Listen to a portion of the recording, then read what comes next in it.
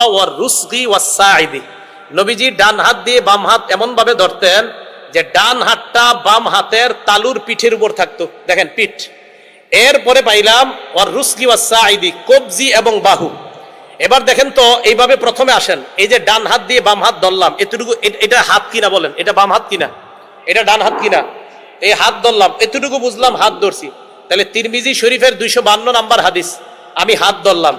এবার আসেন বুখারী শরীফের 740 নাম্বার হাদিস, বাহু। দেখেন তো আমার আঙ্গুলগুলো কোথায় আছে, আর আঙ্গুল কোথায় আছে, বাহু। তাহলে বুখারী শরীফের 740 নাম্বারও মানলাম। এবার দেখেন তো আমার এই আঙ্গুল কারে ধরছে, কবজি। কাকে ধরছে, কবজিকে ধরছে, রুস ওয়াসাইদ।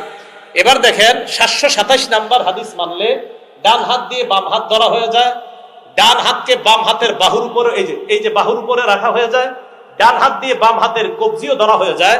যদি কবজির উপর আমল করেন আপনি, বাহুর হাদিসের উপর আমল হয়।